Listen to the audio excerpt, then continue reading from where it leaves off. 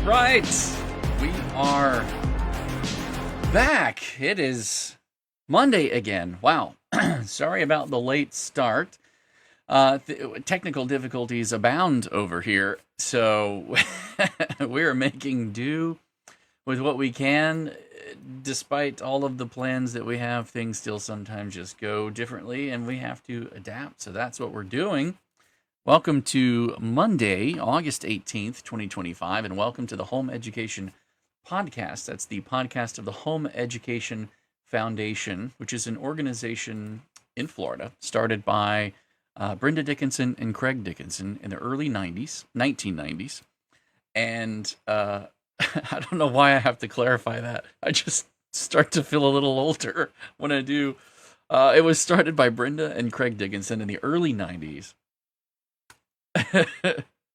Oh, how old was I when that happened? Oh, yeah. You don't have just 9, maybe. Yeah. Yeah. Yeah. To protect parents' rights in education, and Brenda became the voice of parents at the Capitol as a registered lobbyist to protect their rights to home educate or to educate their children as they see fit. We believe that children are not merely a creature of the state. It isn't the state's job to raise our children or educate them. It's our job as parents to do that. We firmly believe that, and as such, we believe that we should have the authority to make all of those decisions for our children, and that's what we fight for, to maintain that authority and to maintain those rights, to spell them out, to make sure the language is clear and plain, and to work with senators, representatives, organizations, private schools, entities, etc., never stopping, never ceasing to build relationships to make sure that that is what's happened. So we carry on the legacy of Brenda Dickinson. We do so with the support of our top sponsors and parents across the state of Florida. So we want to give a special thank you to our top sponsors, Arete, FPEA, Fisher Precious Metals, and TBHC Group, for being with us, as well as all of the parents that sponsor us, the families. They come alongside of us and say, hey, we believe in the work that you're doing. And more than just being thankful and showing gratitude verbally, they show support on a monthly basis by picking one of the support tiers and showing up with us. Brenda, welcome. If you could angle down your camera just a little. I don't know if you can. I'm trying. Or I meant up. Sorry. Yeah, there we go. Okay, I'm trying to get on the computer, so. You're fine. No worries. How are you today? I'm doing okay. How about you? I'm decent. I have a bit of a headache. We got lots to do, so we can't let anything like that stand in our way. Oh, of course not. I saw an invitation to a lunch with our new commissioner. Yeah, Stassi. Awesome. Yeah, I'm excited to go to that. We'll see. That'll be this week, I think. Is it this week, I think? I'll have to double check. It's on the 21st. Okay. Is maybe. Yeah, that is Thursday. That is this week, yeah. So. I'm going to miss it, but I would love to do it. He has been such a supporter of her. And it's so nice to have somebody that understands and will stand up for what they believe in. And of course, he's supporting the governor. The governor's stand on that as well. So it's really great. I'm not saying that Commissioner Diaz wasn't, but Stassi is just very much engaged with us in all the matters that matter to us. Yeah, he came off the bench hot and ready to play ball, so to speak, and he has been doing exactly that. It's exciting. I'm very, very happy. On the news screen. What's that? Are you seeing me on my computer because I have a different background? No, not yet. Oh, man. Okay. Sorry. You might have to log in and switch. There we go. Okay. Yeah. All right. All right. Now I'm on board. Sorry. Yeah, totally. So long. I think there's something going on in the clouds because I have had awful problems with my phone since they updated my system.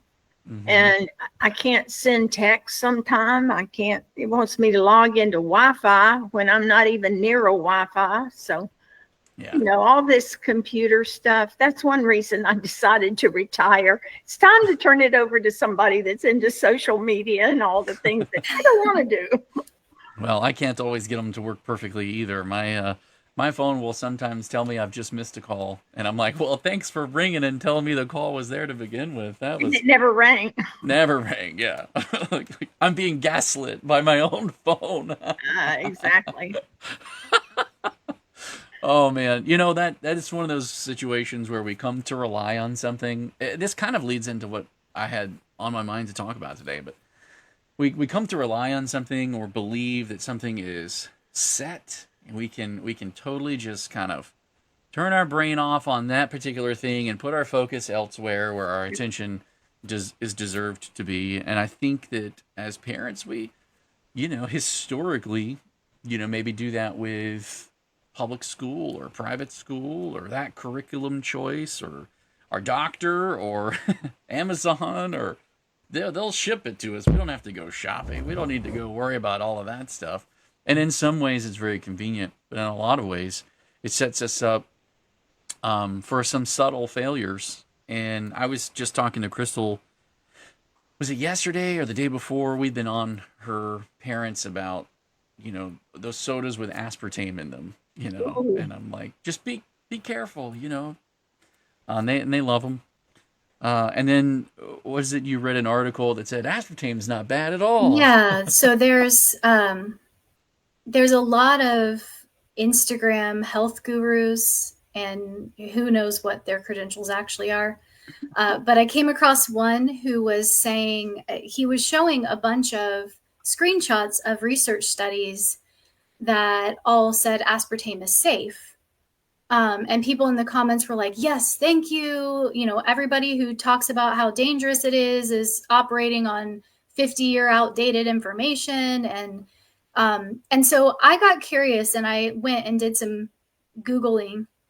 And it wasn't too hard to find that there's kind of like a split between the research on aspartame. And I promise this is relevant and heading somewhere, but there's a split between research on the aspartame where like half the studies say it's perfectly safe and half the studies say it has, you know, cancer risks and all kinds of brain issues and all kinds of health risks.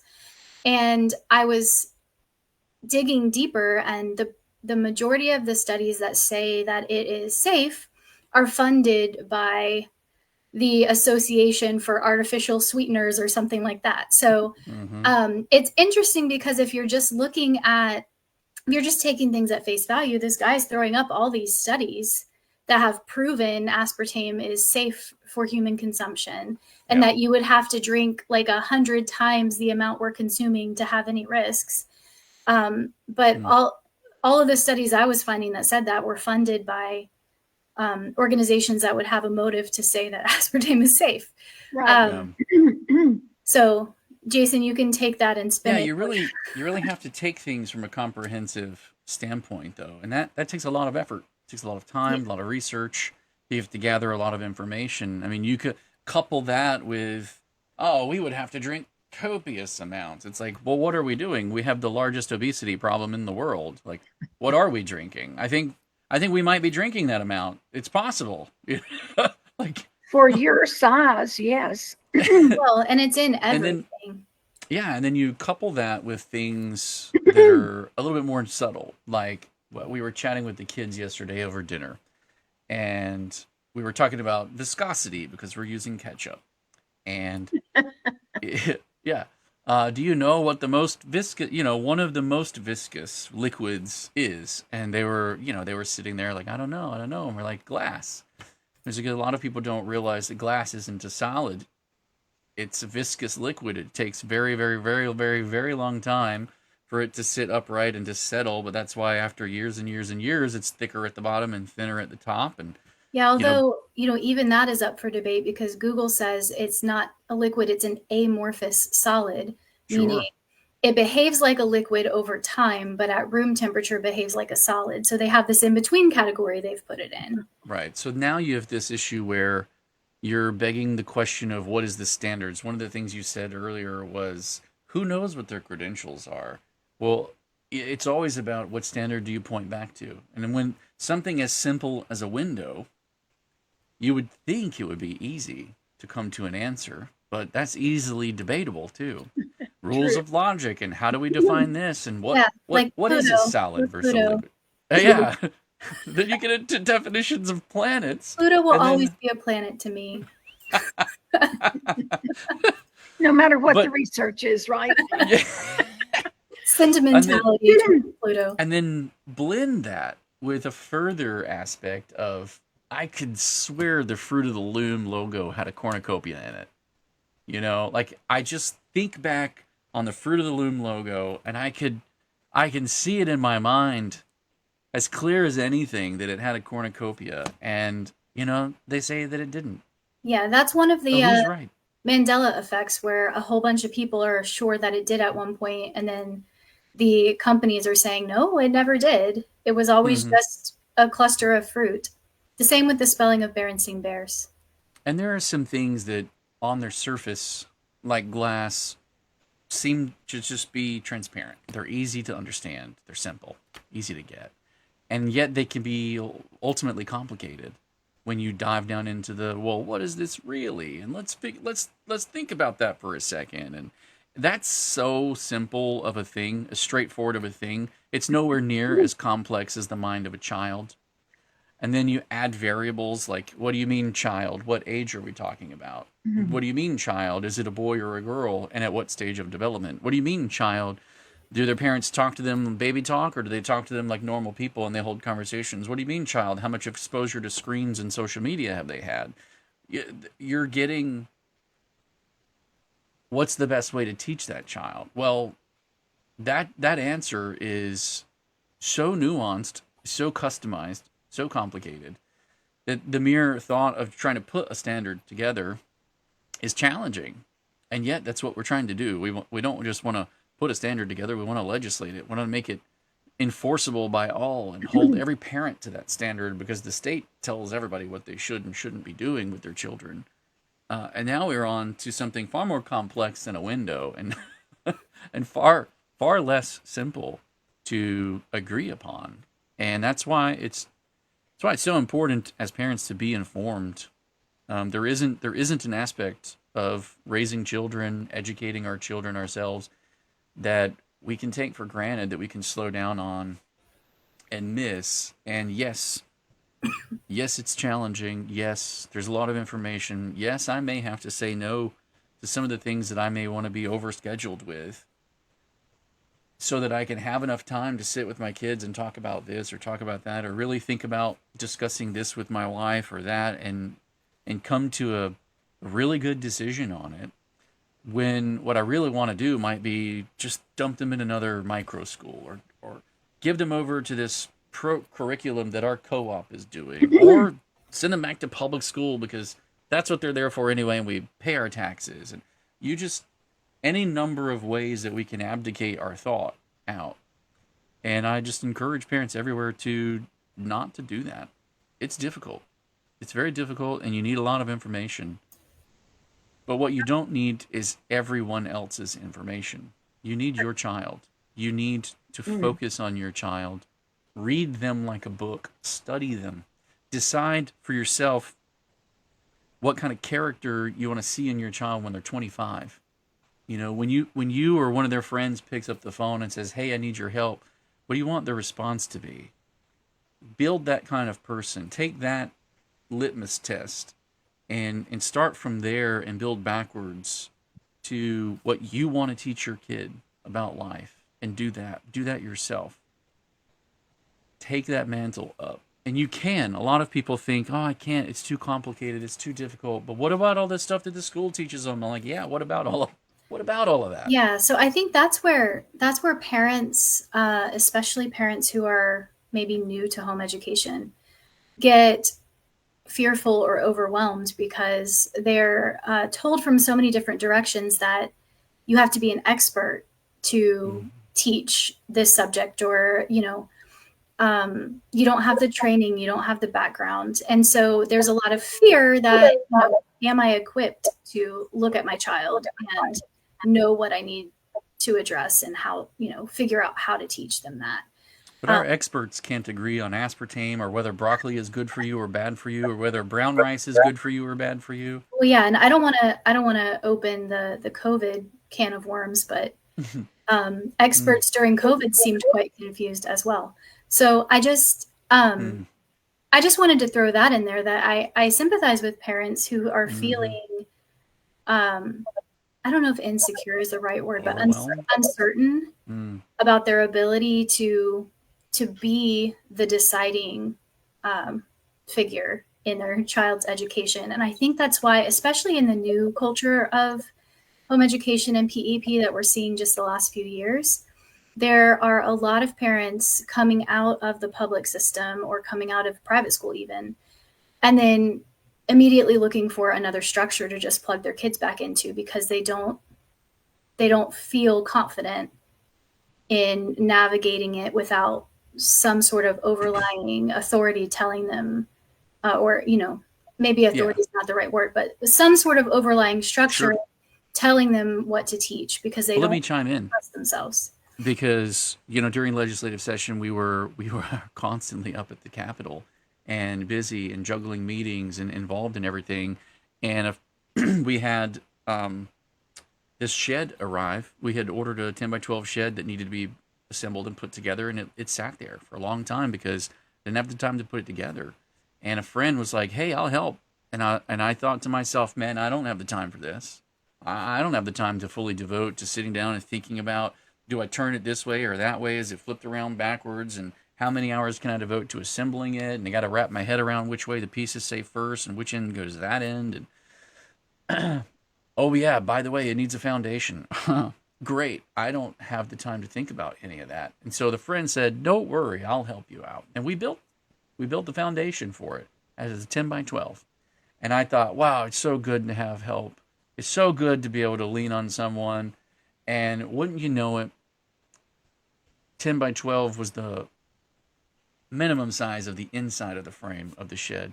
So we actually needed to build the foundation 11 by 13. Yeah, and it just dawned on me that when I abdicated that, and I had a conversation with my kids about that because I was mad. I was mad. When I relied on somebody else and they were wrong, I was very angry. But then I turned to the kids and I was like, I'm not angry with our friend. I'm angry with myself, because ultimately it was I who entrusted that to the friend. It wasn't the friend's fault. The friend may have given me the wrong measurements and I may have trusted the wrong person, but that was my decision. That was my decision to trust the person and to move forward with that project rather than wait, rather than do it a little differently, rather than wait till I had time or anything else. Now we ended up fixing it and getting it adjusted, and I found a way to adapt to the mistakes that were made. But I resonate with that sense of being overwhelmed and that sense of having too much going on to slow down and do something that requires intricate thought. So it's not lost on me what I ask parents to do, but there is... Go ahead. I was just going to say, in terms of parents trusting the public system, really, your children are guinea pigs. And I can tell you from the history that I've seen in the last 40 years, they're just experimenting with your kids. And one great example of this, you said it earlier, is things kind of filter from the top, from the legislative decisions down to the down to the bottom. And while the legislators may have good intentions, frequently it's like Governor Bush said when we were arguing about what the standards were going to be for the original EO scholarship. He wanted every school to take the same test. And when we argued as a private schools, if you do that, you've controlled the curriculum. Then you've made private schools the same as public schools, and then there are no choices. And in great frustration, when we were having this argument in front of him, he goes, whoa, whoa, whoa. I fly at the 50,000 foot level. Y'all work out the details. Well, in that whole discussion, we ended up winning. But the point, and so then private schools can use their own testing, which fits their curriculum. But people at the legislature often fly at the 50-foot level. So when they decided that it was a great idea to adopt the new math, kids that were doing well in math, they loved math. I know this is an example of someone that I was associated with who had a fourth grader. And she said, I don't know what happened to him. He's just not paying attention. He's not doing his math homework. I said, wait just a minute. And I asked the child, I said, what happened? He said, I don't know. I loved math. I was getting A's on my paper. And then we started doing this new math. I said, well, let me look at it. Holy smoke. There was no way I could do the new math. It came at it from a totally different direction. And they were using numbers and stuff, not numbers, letters and stuff. They were trying to teach the kids algebra in the third and fourth grade. Well, they're not ready for it. And so how many kids have decided they hate math because of the system that the legislature and the Department of Education put in place, because they were experimenting on something. And another example of that was we had a wonderful program in the public schools. I tried to get my kids into the program, but it was in such great demand that we couldn't get the kids in. Thus, we started looking at home education. But it was called the British Infant Program. And it gave the kids a lot of flexibility. It taught them to take control of their own learning. They had learning centers where they signed contracts that they do so many lessons within a certain time frame. And kids were autonomous in their learning. I love the approach. So the school board in Leon County decided they didn't want to bus kids from all over the county that wanted to get in the program. So they terminated the program. Keep in mind, there was so much demand because it was so successful. Their approach was they terminated it. About 8 years later, they decided they would try this new thing of the British Infant Program. So they put it into the experimental school called Florida High or something like that.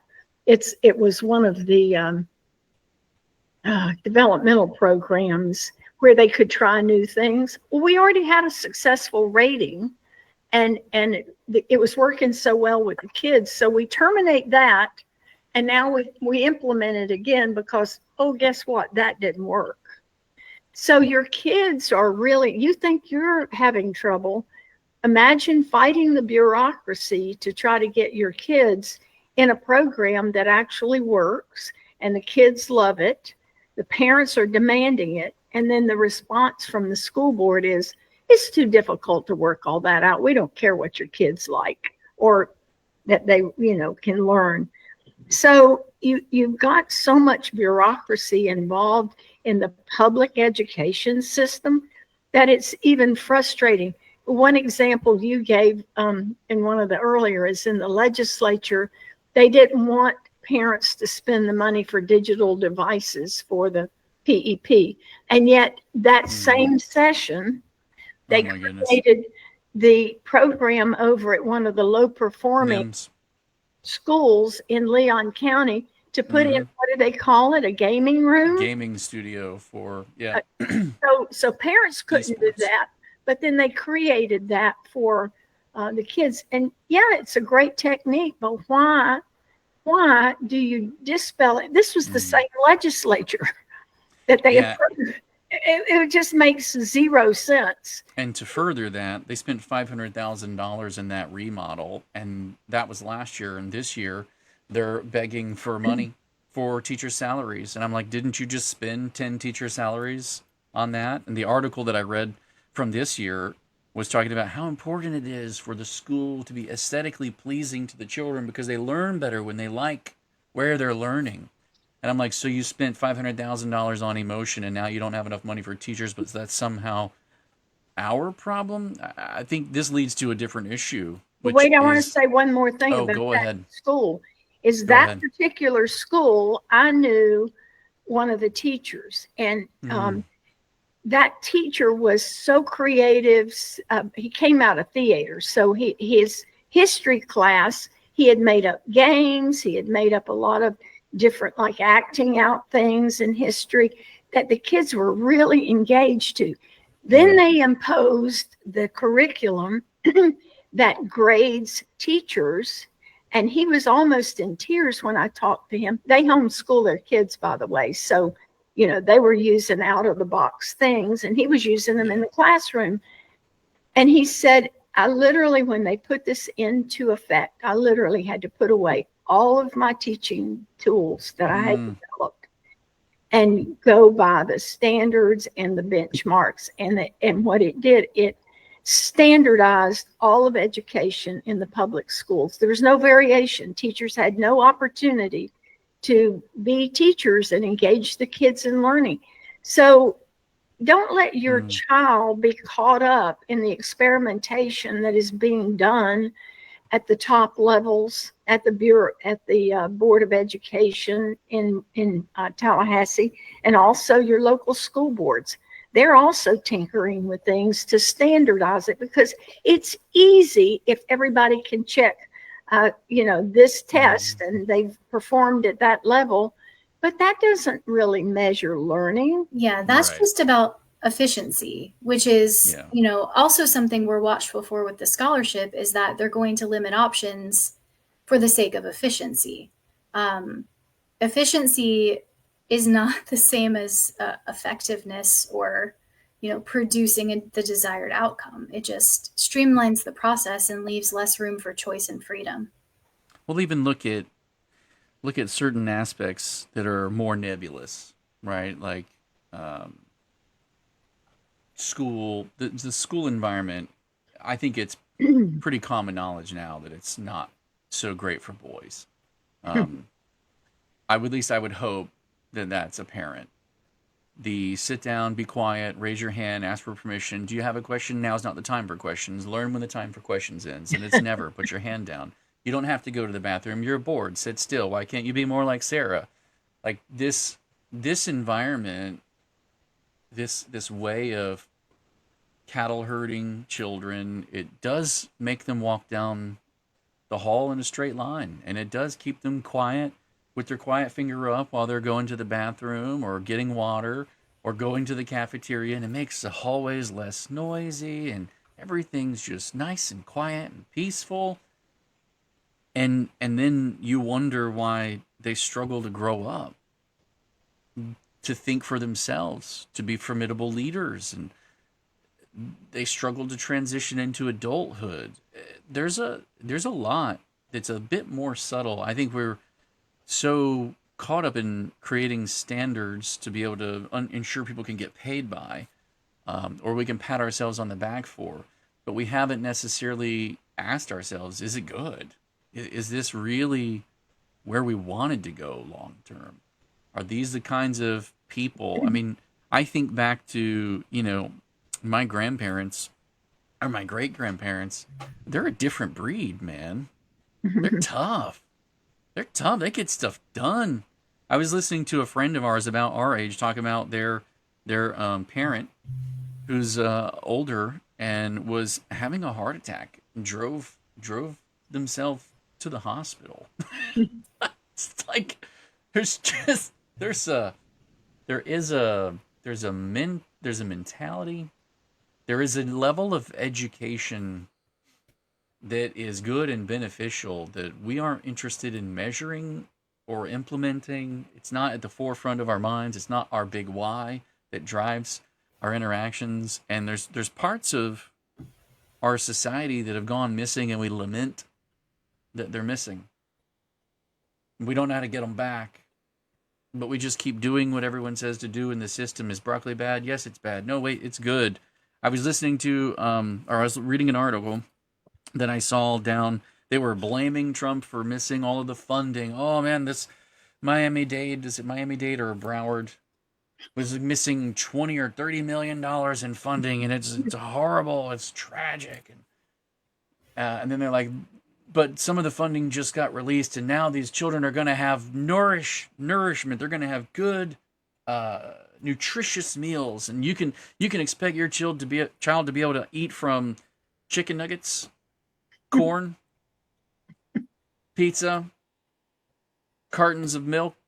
I'm like, I don't want any of that for my kid. Like, what are you talking about? No, thank you. You Who call that set those nutritious? standards? Yeah, you call that nutritious, and by what Also, standard? Like, I mean, those are the same meals we had yeah, when I was in elementary school 30 years ago. So I Yeah. guess the standards haven't changed much for health. Cycles, you know. it's wild to me though that we have just abdicated that over without much thought. We lament what's missing, but we completely abdicate out the opportunity to change it. I was reading something. I was listening to an interview. Richard, I don't know how to say his name. Feynman. He was a physicist that won a Nobel Prize. I couldn't tell you what for, because I didn't do that deep of it, of my research. I happened to catch this piece of the interview that caught me, and he wrote a love letter to his wife. October 17th, 1946. And as I listened to it, I couldn't help but think of my kids and the brief window of time that we have with them, and then it's gone, because he wrote this love letter to his wife 2 years after she had passed away. And I edited it down, and I'd like to read it. But it says, "I adore you, sweetheart. I know how much you like to hear that. But I don't only write it because you like it. I write it because it makes me warm all over inside to write to you. It's such a terribly long time since I last wrote to you. Almost 2 years. But I know you'll excuse me because you understand how I am, stubborn and realistic. And I thought there was no sense to writing. But now I know, my darling wife, that it is right to do what I have delayed in doing, and that I have done so much in the past. I want to tell you I love you. I want to love you. I will always love you. I find it hard to understand in my mind what it means to love you after you are dead. I want to have problems with you to discuss with you. I want to do little projects with you. I never thought until just now that we can do that. What should we do? We started to learn to make clothes together, or learn Chinese, or getting a movie projector. Can't I do something now? No. I am alone without you, and you were the idea woman and general instigator of all our wild adventures. You, dead, are so much better than anyone else alive. I know, I know you will assure me that I am foolish and that you want me to have full happiness and don't want to be in my way. I'll bet you are surprised that I don't even have a girlfriend except you, sweetheart, after 2 years. But you can't help it, darling, and nor can I. I don't understand it, for I've met many girls, very nice ones, and I don't want to remain alone. But in 2 or 3 meetings, they all seem ashes. You only are left to me. You are real. My darling wife, I adore you. I love you. My wife is dead." It hit me a certain way because it captured that realization that we have when it's too late. After the moment is gone, after the times to appreciate all the wild and irritating things, or the things we couldn't juggle, and the messes that were made. And once they're gone, we'd give anything to get those messes back. Just to have a mess to clean up, to know that you're still in my life, would be a gift. And that's the thing that all of these systems and standards and routines get in the way of just having real life. And I think our children would benefit real life.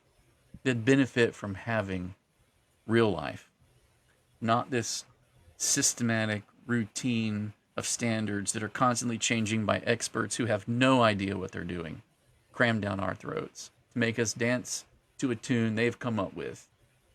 Which is why I love the way that the home education laws are in Florida. And that it's not called homeschooling, it's called home education. The emphasis isn't on being a part of a system somewhere else. It's on being a parent, having the right to be a parent, to make all the choices for your own kids, to do it your own way, to do it the way that you think best fits your children, because they matter most to you, and you matter most to them. And for that to be enough to carry all of you through your lives, to be successful, to be formidable, to critically think for yourselves, to do what you want to do, to go about your business. This is why one of the first things I recommend to someone who's coming out of public school and they start homeschooling is don't do anything for the first year. And realize that even in doing nothing, your kids still learn, and you didn't screw them up. And spend that time looking at them in their face, read them like a book, learn how to light their fire. Because if you just light their fire, they'll thirst for knowledge and information. They'll soak it up like a sponge. They'll tell you where they want to go. I want to do this. I want to do that. I want to learn about this. They'll show you what they're interested in if you can light their fire. Florida is a great state. The free state of Florida is awesome. And a part of that is because of Brenda Dickinson and Craig Dickinson. And I appreciate so much, Brenda, the passion and the insight and the wisdom with which you followed God to do what you thought was right, to say what you thought was right, and to be in the places that you needed to be at the times you needed to be in them, to be a part of those conversations. And I look forward to doing that. I look forward to being that torchbearer, to walk in your steps. I just hope that parents understand fully what it is that they have a hold of. Because time passes. It respects no one. It stops for no one. And that time will come and go. And there isn't a do-over. We don't get a do-over. We get today. Sorry. Think about the lost time with your children, and it's sad. And parents hurry to the next thing. And then at the end, when they're gone, like you said, wow, I wish they were here. I'd be happy to wipe up the spilled milk or whatever, but you've missed the opportunity. So it's so important to realize that you are the main person in their life that they look to, and don't give away that authority to anybody else, because then when they get older, they're going to be looking for other authorities and not you, because you haven't been that person for them in their life. And you won't be the one they come to for counsel. It'll be all those other people out there that they've had experiences with. And it's a huge missed opportunity. Don't push for the next thing. Kids will learn if you'll just give them the freedom to do that. It's the school, as you said in the beginning, often squelches their curiosity, because now's the time for math. Not because we're sitting around playing a family game together where they're learning math and they're figuring things out for themselves. No, this is the structured time for math. And this is exactly what we're going to do in the classroom, whether they're ready for it or whether they're bored with it because they're beyond that. And I'm not criticizing the public education, because some kids would not be getting an education at all without the backup system. But that's not the priority. That should never be the priority for Mm. parents. You said backup system, and I wish that's what it were. I wish that that's how we treated it. That that's what it was. That the ratio of children was smaller, children to teachers was smaller. It was those kids that need it the most, and that they could get that kind of time and attention from a much lower ratio because parents led the way in their own lives, taking responsibility for their own kids. That would be amazing. And that the teachers have time to do what they do best, which is teach, instead of making sure I checked this box today and I presented this lesson as canned as it is, because I didn't have the time to vary it for the child's needs. Yeah. It's sad. It's sad is. that this system has basically eliminated teacher creativity. Mm-hmm. Because there's some good people out there and they just love to teach and they love to Yes. see the children make advances. But we've really lost that in a system that's designed to measure everything. And there's a good reason to be able to measure, but that isn't the only way to measure learning. Right. Well, yeah, and we've come to see the backup system as the default. So parents don't even question whether it's the most effective method of education. It's just the assumed standard. Mm-hmm. But that's your child, and whether you choose to be or not, you are the responsible person for the education of your child to become a good citizen and function in the society that we live in. Yeah, and I'm curious too about our standard of success. You know, progress, be more efficient, be faster, be stronger, do more, get more done in a day, hustle harder, do this, do that, and it's like, is that good for us too? And even as adults, is that good for us even? Like, is that progress? Is that success? Well, you and I were having a conversation about this, I think, a few weeks ago, just briefly. This concept of efficiency and productivity as the standard for success, and there's something lost and trampled in that rush for productivity because you can't slow down to be present in the moments whenever productivity is your top concern.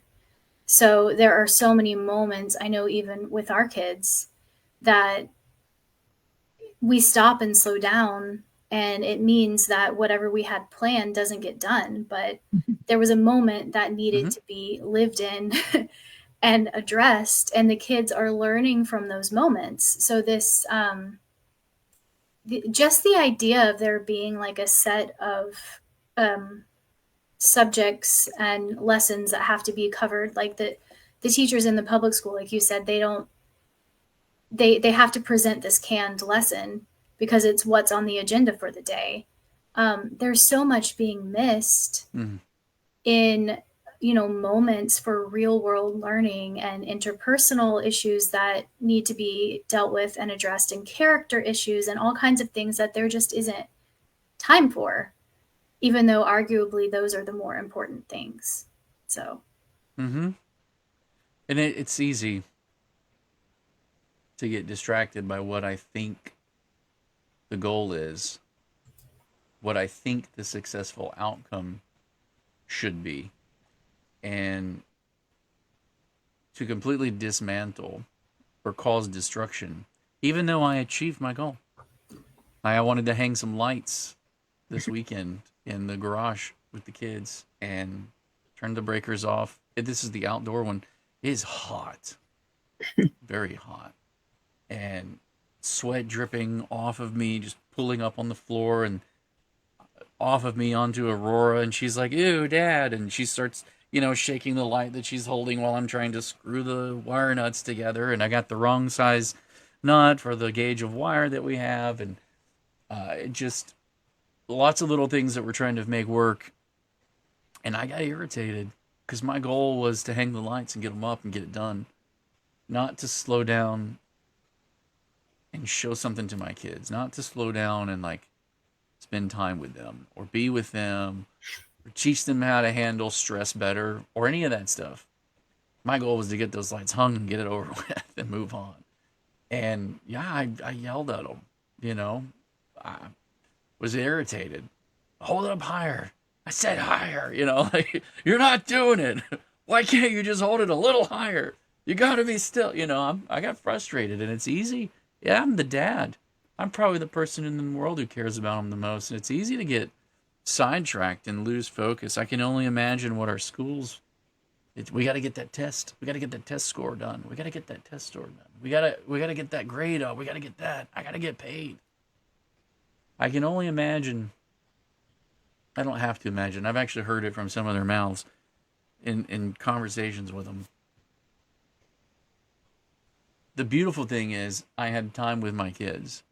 So I was able to take them aside and make an apology the most important thing in that moment, and pull them aside later and to go, you know what, this matters to me and we need to talk about that, and change whatever we were supposed to do for the day or scheduled or whatever. It kind of needed to just stop, and I can call that and pause that and go, here's what you really need to hear.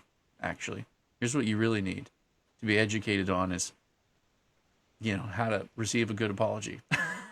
Because yeah, dad sucks sometimes too. Yeah, and to be able to be humble enough to admit things like that. And we're so busy. There's so much going on. And I just wonder sometimes if our whole society isn't so busy trying to get so far ahead that we've left that next generation in the dust completely. Mm. Well, and it's often by well-meaning parents as well. Like, we have a lot of friends who I know love their kids and are really trying to do the best, but they're putting them in so many activities. Like, to me as a kid, I would have been overwhelmed and stressed. I don't know how their kids are handling this, but they're literally running from activity to activity constantly. So if I sit down and compare with my kids, I'm like, wow, man, their kids have learned how to play 7 instruments and they've done 25 different sports, and look at all these things that my kids haven't had a chance to do. But when do they slow down and just interact as a family? There doesn't seem to be time. And so I do think there's something well intended, but still being trampled in the pursuit of all of these seemingly wonderful learning opportunities. There's real life connections being missed in the in between, because they're just so busy. Yeah, I think it's something to be mindful of. My hope is that parents wake up and they realize the golden moments that they have at their fingertips, and that they don't take them for granted. That they take their freedoms and they run with it, and they're able to understand just how free they are by law in the state of Florida to make those decisions for themselves, and they truly embrace it and protect it, stand up for it. You know, our Discord is there. We plug it sometimes. I'll plug it again. We've had so many issues arise over the last 2 weeks in our Discord server. Bright Futures hours, or not hours, but there were some issues with Bright Futures that parents spoke up about, and we would hop on the horn and we helped them get them resolved. College entrance issues where they're trying to get into college and they couldn't. There were sports and extracurriculars, proof of residency issues. There's all kinds of issues that keep popping up.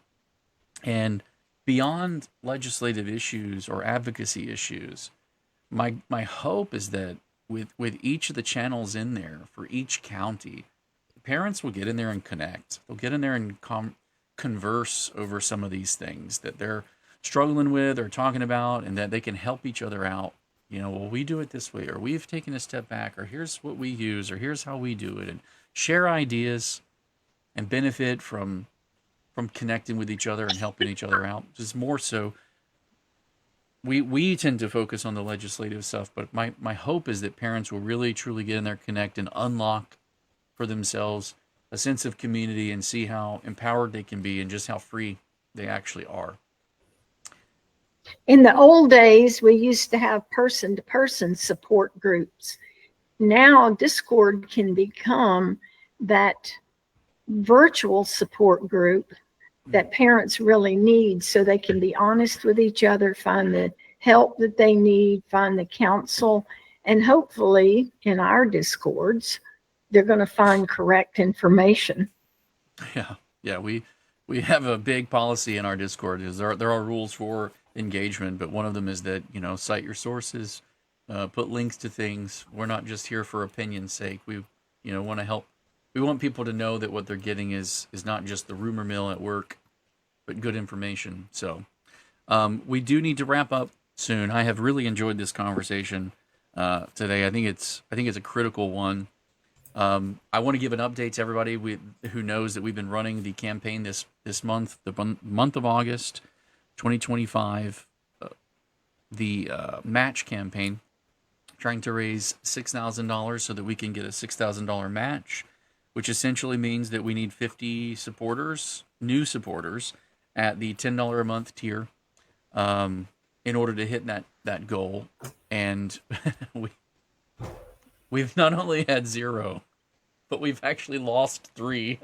Oh, that's terrible. Yeah. Well, we haven't lost 3 because people are not supporting the work that we do. I've realized that card information not being updated is the number one reason why we lose supporters, and they don't realize that we've lost them. So I try to message them and let them know that, oops, sorry, we've lost your support. Maybe you can go back in and set it back up, or if you've left, at least let us know why, so we can understand from this moment. I don't think a lot of people realize it or read it, or maybe we're getting lost in their spam filter or something. I'm unsure, but it's a struggle. So if you do know somebody who is really in support of what we do, but they just haven't done it yet, now would be a great time for the match campaign for this month, the month of August, to do that, because it will have a very large impact for what we're able to do, and it would be very much appreciated. If you're already a supporter, thank you very much, and just forward this on and pass it on. If you're not in our Discord, please hop in there. There's a lot of really good help. People will call and they'll get Brendan, and Brenda will forward them to me, and I'll say, hey, get them in Discord, because I can't spend